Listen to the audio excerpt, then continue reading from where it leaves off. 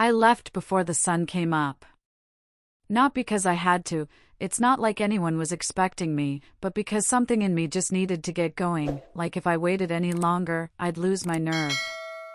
The sky was still that soft purple gray when I pulled onto the highway, and the coffee I grabbed from the gas station hadn't fully kicked in. My hands were cold on the steering wheel, and the heater took its sweet time warming up. 10 hours ahead. 10 hours of highway lines and changing playlists and second-guessing myself at every rest stop. But I kept going. Because this year, maybe this year would be different. Thanksgiving's always been weird for me. It's like every family has their unspoken roles, right? There's the loud uncle, the peacemaker aunt, the cousin who brings the drama, the one who brings the pie, and then there's me. I've never been quite sure where I fit in. Or if I ever did. Growing up, I was the sensitive one. The one who asked too many questions, felt things too deeply, cried when no one else did. My mom used to call me overdramatic, like it was some character flaw I needed to grow out of. I guess I never really did. But this year, my sister posted about the Thanksgiving dinner in the family group chat. Nothing fancy, just a few pictures of the tablecloth she was thinking of using, the turkey she'd picked up early. No direct invite. But no warning not to come either. And maybe that sounds stupid, but it was enough. Just seeing my name still in that chat. Still not removed. Still, maybe part of something. So I packed a duffel bag the night before. Tossed in a dress I hadn't worn in 2 years, something nice but not too much, like, surprise, I'm emotionally available again, but in knitwear. I baked pumpkin bread. It was probably overkill. I knew that. But I wrapped it up in foil anyway and slid it onto the passenger seat next to me, like it might help me belong if I showed up with something sweet. The first few hours were easy. Music loud. Windows cracked. Leaves blowing across the interstate like confetti. My favorite part of fall is how the trees look when they're halfway dead. There's something honest about it. Around hour 5, it hit me, that little itch in the back of my chest. Not fear, exactly. More like doubt with a heartbeat. I tried to shake it. Focused on counting the out-of-state plates, playing old voice notes from my little cousin Nora. She used to call me her big magic girl. I don't know where she got that from, but I clung to it for years. Like maybe that was my role. The girl who disappeared and came back when you least expected it, holding something warm in her hands. I hadn't seen any of them in person since the Christmas fight. 2 years ago. I still don't know how it all spiraled so fast. One conversation turned into a battle. One boundary became a betrayal. I said I needed space. They gave me silence. But still, I sent birthday cards. I commented on their posts. I kept showing up in tiny ways, hoping they'd open the door again. Hoping they'd remember I wasn't the enemy. Just hurting. Just human. I stopped for gas around hour 8. The wind had picked up and the temperature dropped, and I stood there pumping gas, my coat too thin, my hands shaking a little. I could have turned back. I thought about it. But something about getting that close and giving up felt worse than anything I might face when I got there. I don't know what I expected. Some cheesy Hallmark moment? A room full of surprised smiles? Maybe just one person saying, "I'm glad you came." That would have been enough. As I pulled onto their street, my heart was thudding so hard I could hear it in my ears. The houses were warm with yellow windows and plastic pumpkins still clinging to their porches. I parked half a block down so they wouldn't see me too early. My legs felt weird getting out, half asleep, half running on adrenaline. I held the bread like a peace offering and walked slowly up the driveway. My sister's car was there. My parents. A couple others I didn't recognize. Laughter drifted out through the front windows, that kind of low, full sound you only hear when people feel safe. For a second, I froze. Just stood there, watching shadows move behind the curtain, my breath puffing out in little clouds. I could still turn around. I could pretend this never happened. But I rang the doorbell. It took longer than it should have for someone to answer. I heard footsteps. A pause. Then the door opened. And everything stopped. My mom was the one who opened it. She stared at me like I was some door-to-door stranger selling something she didn't want. Behind her, I saw my aunt clutching a wine glass mid-sip. My dad, half turned in a conversation, went completely still. My sister's eyes locked with mine from across the room, and for a second, I thought maybe this was it. The recognition. The relief. But no one moved. No one said anything. They just stared. Like they were seeing a ghost. I tried to smile, even joked a little. I come bearing carbs. Nothing. Not even a chuckle. My cousin Peter, who I hadn't seen since that awkward New Year's, stepped forward finally. He looked like he was trying to solve a riddle with his eyes. Wait, but you're... I thought you were... He didn't finish the sentence. And I didn't ask him to. Because suddenly, every cell in my body was screaming that something wasn't right. And not just in the you weren't invited and now it's awkward way. This was something deeper. Colder. Wrong. But I smiled anyway. Just a little. Because that's what you do, right? When you don't know what's happening yet, but you can feel it under your skin? You pretend you don't. The air inside was warm, too warm, thick with the smell of roasted turkey and sweet potatoes and cranberry sauce and something overly floral, like my aunt had gone too heavy on the potpourri again. But underneath all of that, there was something else in the air too. Something sharp and uneasy, like tension had baked into the walls while no one was looking. No one told me to come in. I just sort of drifted past my mother, who had stepped back as if I was contagious, and made my way into the living room with the loaf of pumpkin bread still in my hands like a weird, awkward shield. I caught eyes with my sister again. She didn't smile. She didn't speak. Her mouth was slightly open like she was trying to form words but couldn't figure out which ones belonged here. The room felt stretched, like the air itself didn't know how to carry this moment. A few people looked away, others pretended to sip drinks they'd just set down. My uncle cleared his throat. A chair scraped across the hardwood floor in the dining room. No one said welcome. No one even said hey. I stood there for a few seconds too long, then laughed, not because it was funny, but because it was that or let the silence devour me. Guess I should have called, huh? I said, trying to thread some humor through the static. Surprise. It didn't land.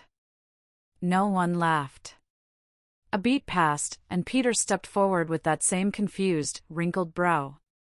But, you're alive, he said, in the same tone someone might use if they were told their goldfish from third grade was now president. I blinked. Yeah. Pretty sure.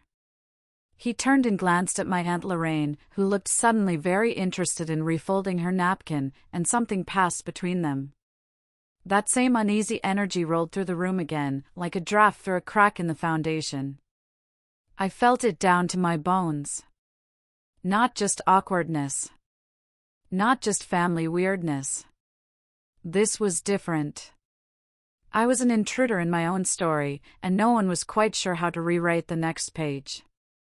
Still, no one asked me to leave. No one grabbed my arm and said, "You shouldn't be here."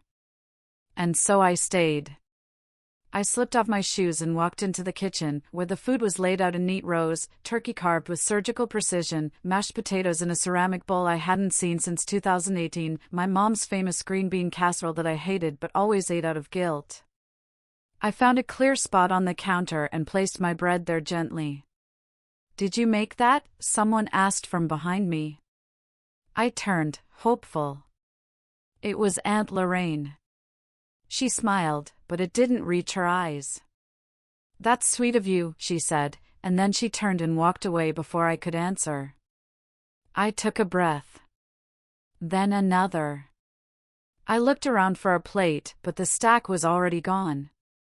People had started eating. It was buffet style this year, apparently, and I stood there awkwardly, unsure if I should just serve myself. It's a dumb thing, but the fact that no one handed me one, no one said go ahead, that no one saved me a seat, it felt like 100 tiny paper cuts, all at once.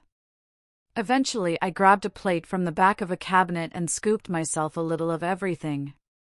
The food was good. I couldn't taste any of it. The dining table was full. Not overpacked, just full. 10 chairs. 10 people. Every seat had a name card in front of it. I caught sight of them as I walked by. Anna. Michael. Peter. Nora. Emily. John. Even the twins, only 6 years old, had little cards with stickers on them.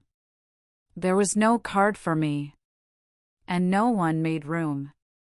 So I found a stool in the corner of the kitchen, by the sliding glass door that looked out onto the backyard, and sat there with my plate balanced on my lap like a child at the grown-up table that didn't exist for them. People tried not to look at me. I could feel the restraint like static in the air, like they were holding their breath, waiting for something to break. Every now and then someone would glance in my direction, and then quickly glance away. I watched Peter whisper something to my mom, who shook her head slowly. My sister scrolled through her phone like she couldn't see me at all. I picked at the food.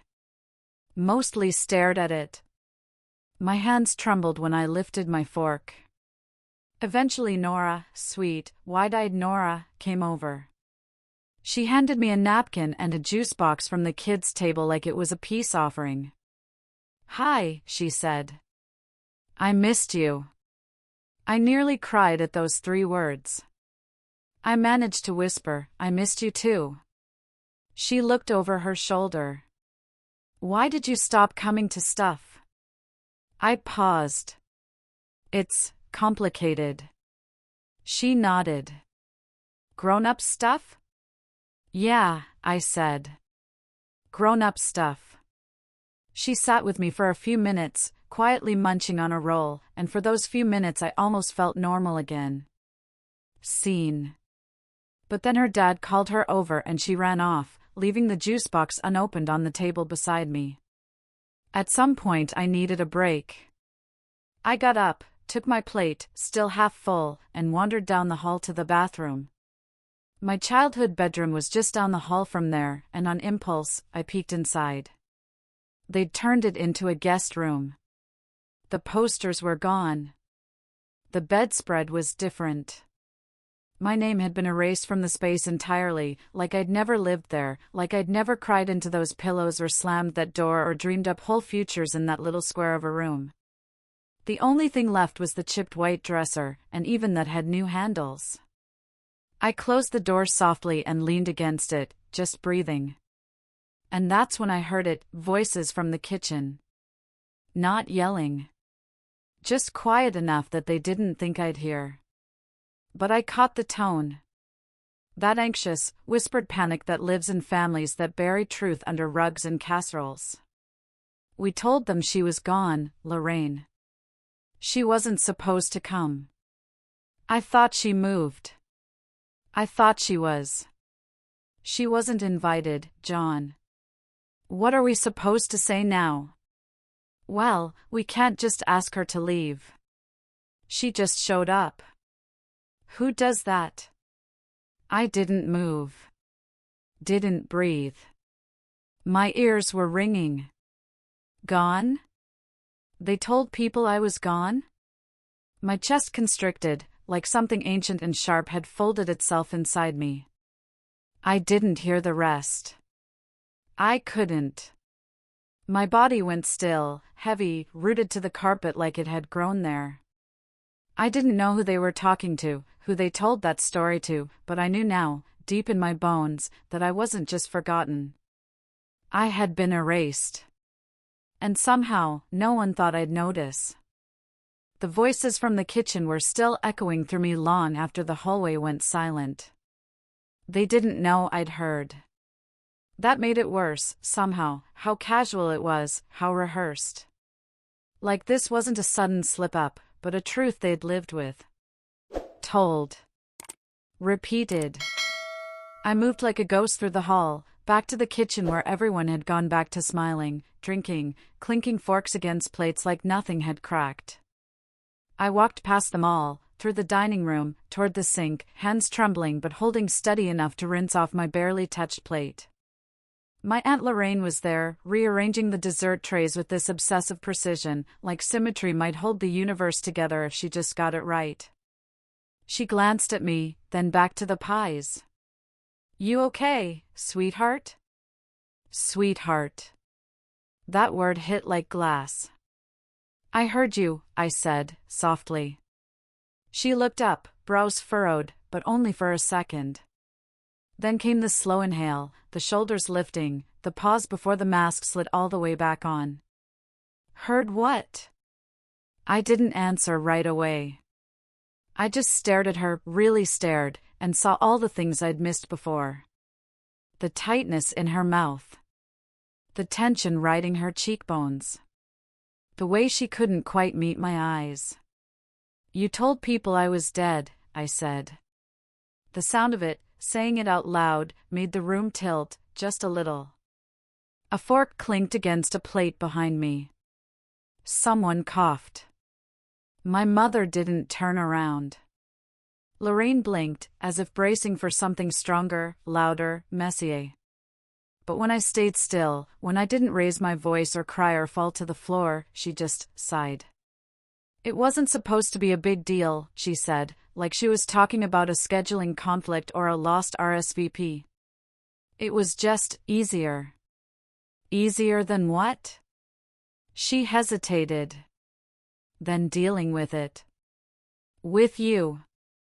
I don't know what I expected. Maybe some twisted justification. Maybe regret. But she said it like it was just logistics. A math problem. Easier to subtract me from the equation than do the work of fixing it. I turned to look at my mom then, who was standing near the counter pretending to be absorbed in stirring gravy that didn't need stirring. "You went along with it?" Still, no eye contact. My voice barely made it out.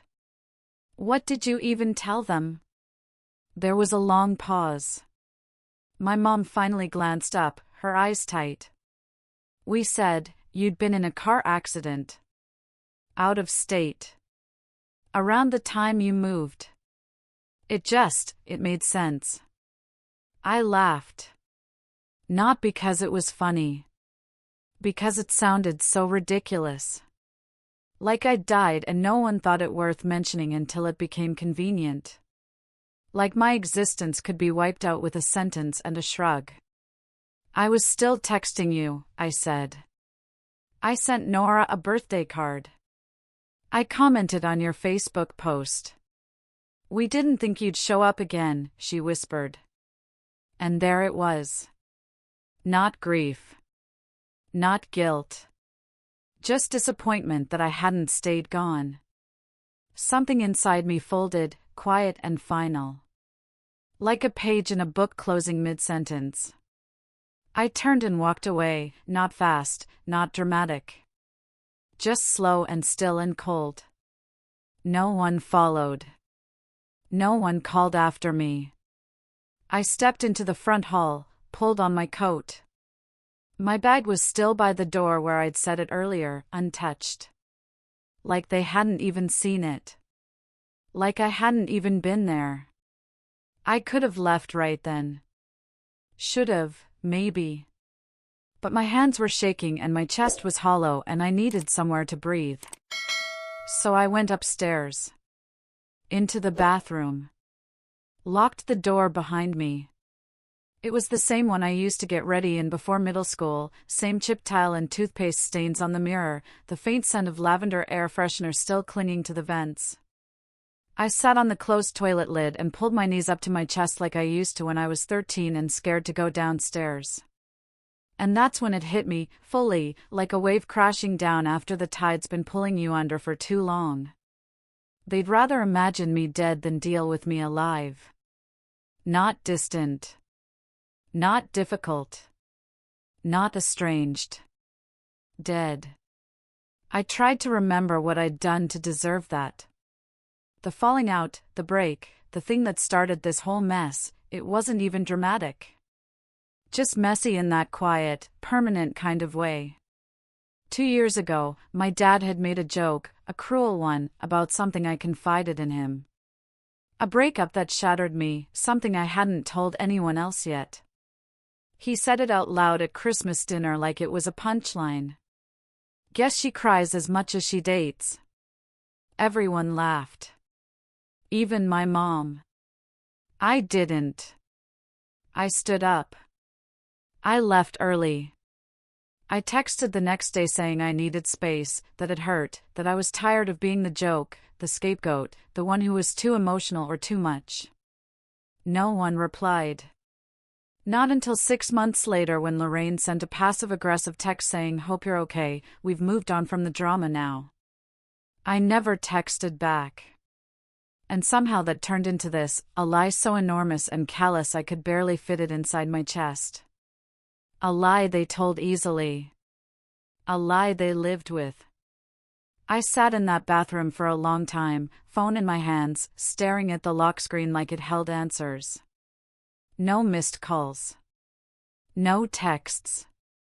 Just the time glowing back at me. 4:42 p.m. I opened my messages, scrolled back to the last thing my mom ever sent me. "Happy birthday. Hope you're doing well." That was months ago. I hadn't replied. Not because I was angry. Because I didn't know how to say "this hurts" without opening the door to be hurt again. I typed something now. My fingers hovered over the keyboard. Deleted it. Typed again. "Why did you think I wouldn't come back?" Deleted that too. There was nothing left to say that would make any of this make sense. I turned off my phone. Laid it face down on the counter. And let the silence swallow everything. I sat in the locked bathroom for what felt like a lifetime.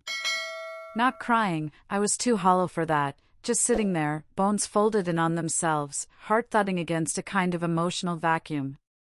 At some point, I heard footsteps outside the door. A pause. Then they kept walking. No knock. No, "Are you okay?" Just the creak of floorboards and the dull murmur of silverware downstairs. Eventually, I stood up. My legs were stiff, my spine felt like it belonged to someone twice my age. I splashed cold water on my face and looked at my reflection, not because I cared how I looked, but because I didn't recognize the girl staring back at me. My eyes were distant, dimmed, like someone had pulled the curtain down behind them. When I stepped out into the hallway, the house was quiet. Dinner had ended, or at least shifted into that strange lull where people started drifting between rooms, nibbling on pie, pouring coffee, watching half-hearted football on TV. I moved like a shadow, unnoticed, unheard. No one asked where I'd gone. No one even turned their head. I wandered into what used to be my bedroom again, the room they'd turned into a guest space. It was too clean, too impersonal. Beige throw pillows. Neutral tones. All the traces of me scrubbed away.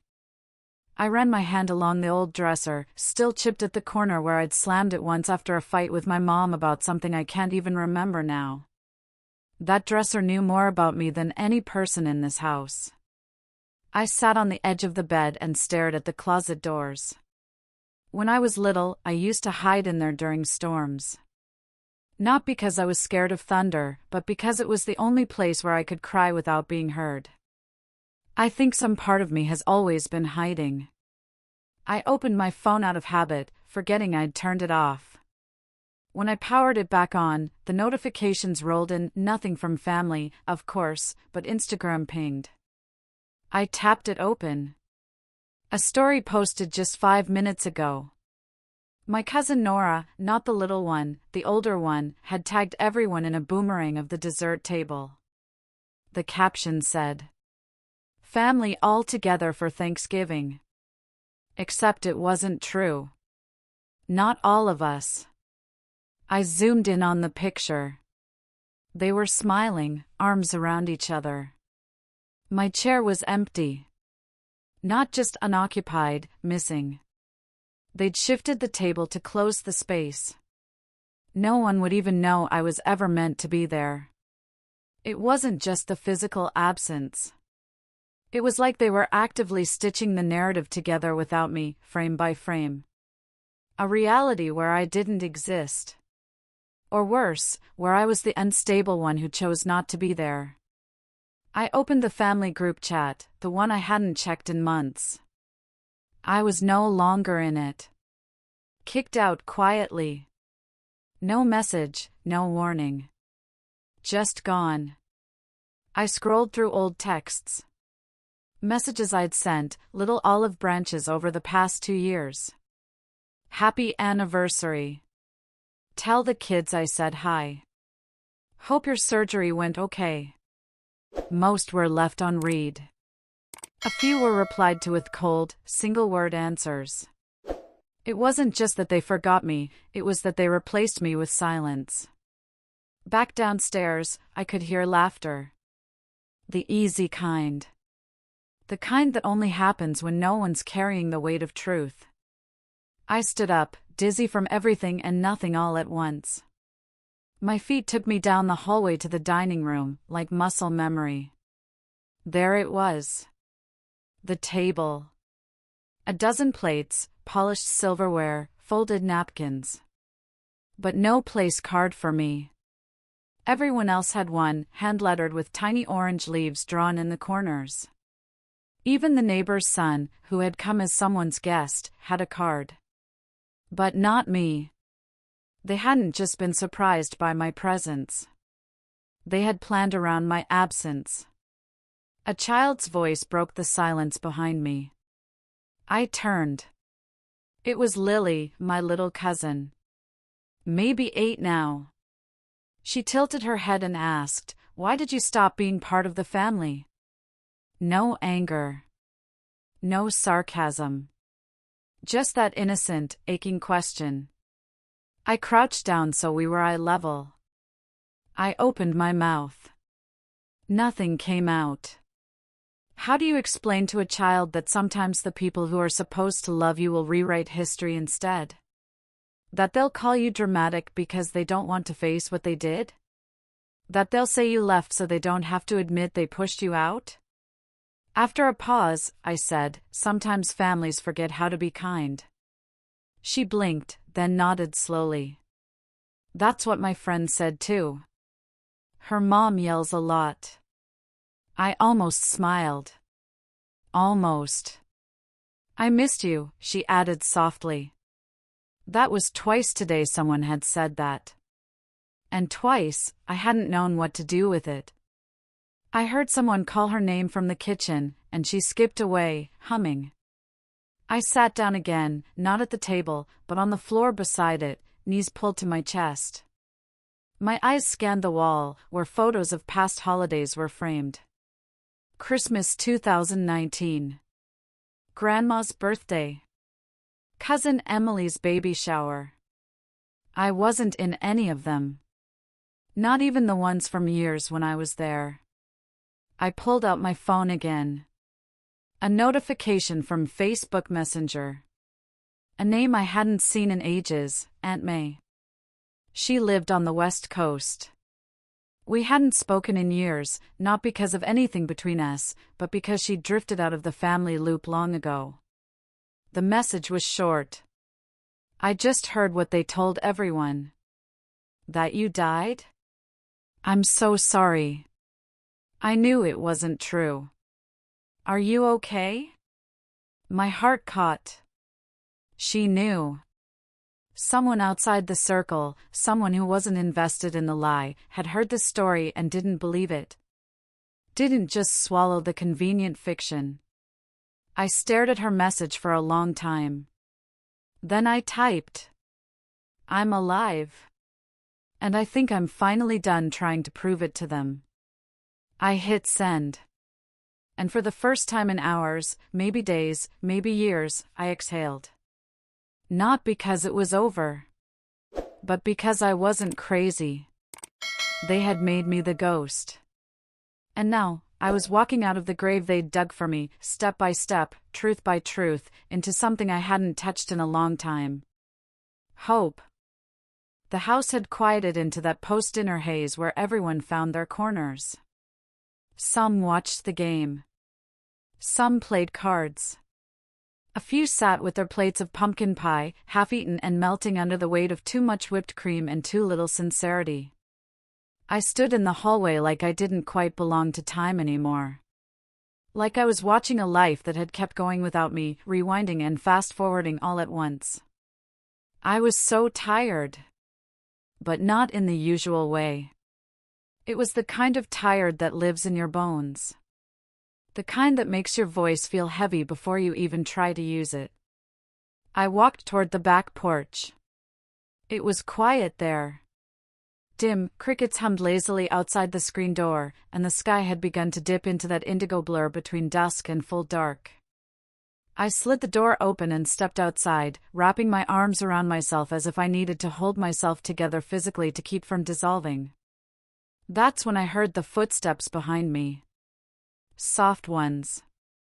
Barefoot. Hey. I turned to see my little brother. Well, little is a stretch now. He's 22. Taller than me by a lot. Hair longer, voice deeper. But in that moment, he looked like the kid who used to sneak into my room after nightmares, whispering about monsters like I was the only one who could fight them off. He didn't sit at first. Just leaned against the railing and stared out at the backyard. "I didn't know they said that," he finally said. "About you being gone." My throat tightened. "But you didn't question it?" He shrugged, eyes still ahead. "They made it sound like you didn't want to be found. Like you'd cut everyone off and disappeared. Do you believe that?" "I did," he admitted, and then finally looked at me. "I wanted to. It was easier than wondering why no one was saying your name." We stood in silence after that. The kind that doesn't demand filling. The kind that tells its own story. "I'm sorry," he said. That undid me more than any insult or lie ever could. Because it was honest. And it came from someone who still saw the little pieces of me they hadn't swept under the rug. He finally sat beside me. Pulled his sleeves over his hands the way he used to when he was nervous. "I think Mom and them, they weren't mad at you. I think they were ashamed." That word cracked through the night air like lightning. Ashamed. "They told the lie to save face," he continued. "They didn't want to explain the whole thing. That they hurt you. That you left because you had to. So they rewrote the ending." I didn't say anything for a long time. Just stared out into the dark yard where the garden used to be. I remembered planting tomatoes there one summer, getting yelled at for digging too deep. I was always digging too deep. "Do you hate me?" I asked him. He looked at me like I'd slapped him. No. I was scared. I think we all were. Scared of how bad it actually got. Scared of what we'd done. The thing about shame is, it doesn't show up loudly. It's quiet. It hides in avoidance, in silence, in pretending someone else is the villain so you never have to look in the mirror. That's what they did. That's what they clung to. I went back inside an hour later, calmer but changed. Not healed, but steadier. I walked to the living room. Most of them were still there, buzzing in low conversations, half watching a movie no one really cared about. I stood in the doorway, not loud, but not invisible either. I just wanted to say something, I said. The room slowly stilled. Heads turned. Forks lowered. My mom's back straightened like a reflex. I know some of you believed I left because I was angry or unstable or didn't want to be part of the family anymore, I said. But I didn't leave. I was pushed out. I asked for space after being hurt. I gave time. I reached out. And I was met with silence. With avoidance. With lies. Someone started to speak, I think my aunt, but I raised one hand, gently, and she stopped. And I know someone told people I died. That I was gone. That's not a mistake. That's not a misunderstanding.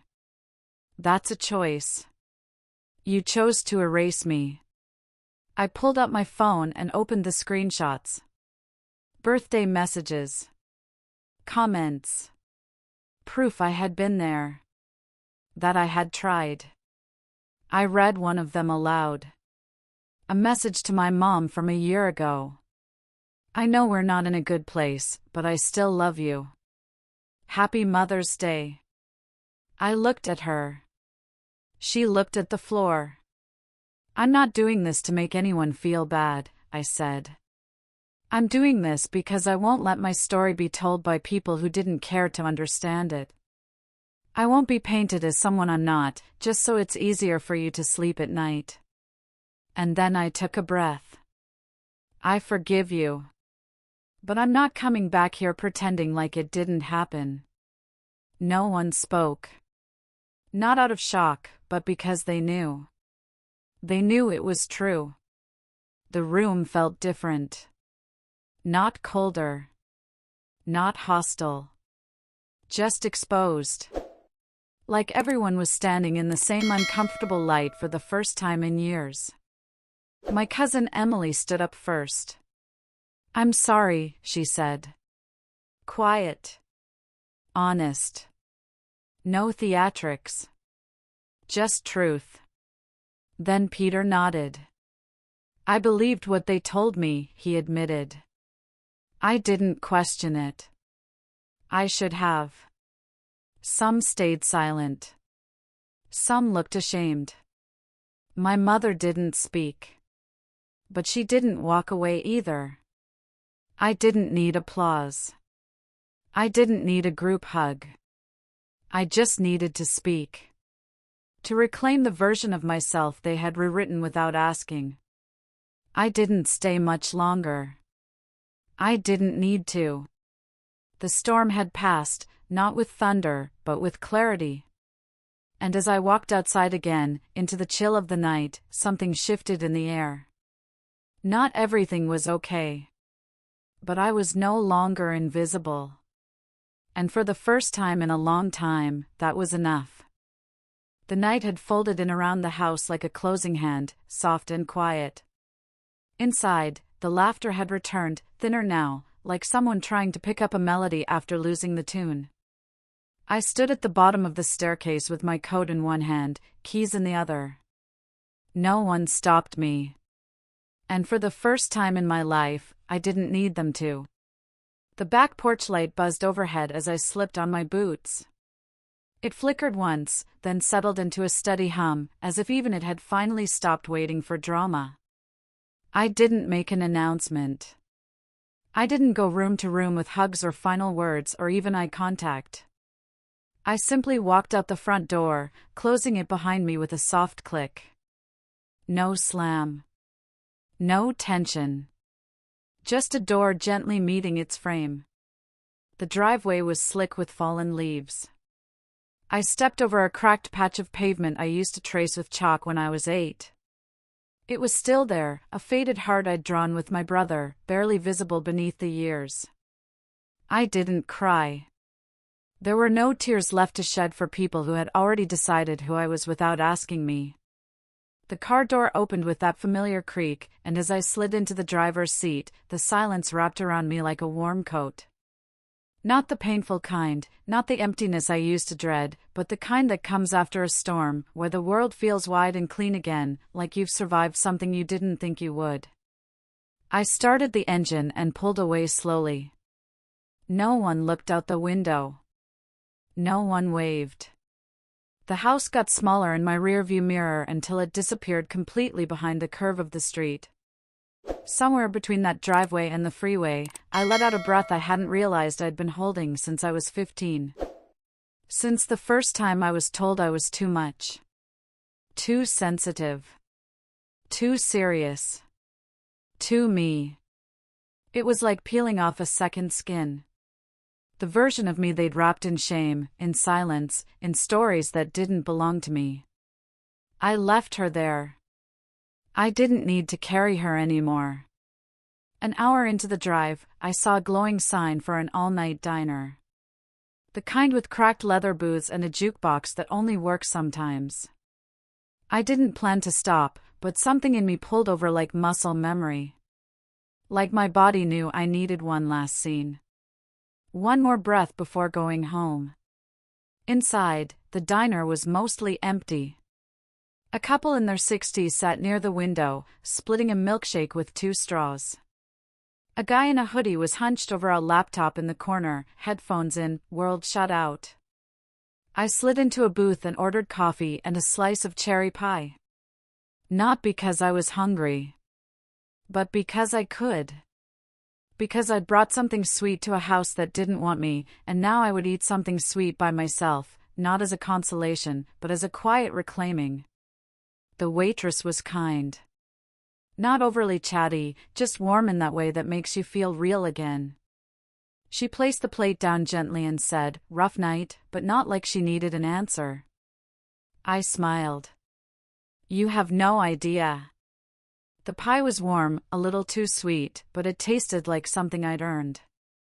I ate slowly, watching the clock hands tick forward like time was finally mine again. When I finished, I paid in cash and left a tip that was a little too generous. I walked outside and stood under the neon sign, letting the hum fill the silence I now carried with grace. Above me, the sky was endless. A few stars peeked through the haze of streetlights in distance. I tilted my head back and breathed in deep. Maybe families aren't always what we're born into. Maybe some families are meant to break, not because we failed to hold them together, but because the pieces were never ours to carry. Maybe we find new ones, in strangers who ask if we're okay, in friends who text just to say they're thinking of us, in the parts of ourselves we fought to keep alive even when no one else remembered they were there. I didn't need to be invited anymore. I didn't need to be forgiven or welcomed or stitched back into a story that wasn't mine to begin with. I was no longer a chapter they got to skip. I was the whole book, and I was still being written. So I got in my car, turned on a song that felt like freedom, and drove. Not to run away, but to go home, to myself. And this time, I wasn't afraid to be alone. If this story spoke to you, take a moment to reflect, share your thoughts in the comments, and let your voice be heard. And if you believe in stories that heal, that empower, that matter, don't forget to like, subscribe, and turn on notifications. Your voice belongs here.